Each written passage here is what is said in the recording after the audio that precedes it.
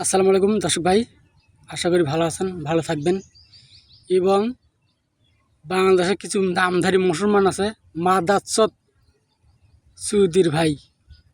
বাংলাদেশের মন্দির হচ্ছে বাংলাদেশের মুসলমান বাধা দিচ্ছে, বাংলাদেশের মুসলমানের সমস্যা হচ্ছে মাদাচ্চদের বাচ্চা মাঠা। এর আগে যে ভারতে যে বাবরি মসজিদে ভাঙা হয়েছিল এবং ভারতের মুসলমানদের উপর নির্যাতন হলো এবং মাদ্রাসা ভাঙা হলো, তখন কোথায় গিয়েছিলে এই মাদাচ্চদেরা? কোথায় গেছিলে? এখন তোর বাপ আছে পাকিস্তান থেকে, ভারত থেকে তোর বাপ আছে, মোদিকে তোর বাপ হয়, তা মোদির পক্ষে কথা কইস?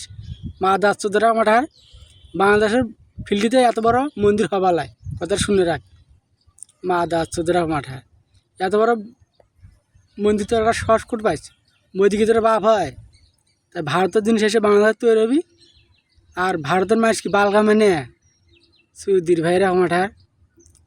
আর একদম কোনো যদি বাংলাদেশের লোক যদি মন্দির সম্পর্কে কিংবা ভারতের মোদী সরকার সম্পর্কে গোবর খাগো সরকার সাথে কথা বলে, তার জিব্বে কাটে ফেলাম সুধীর ভাইয়েরা।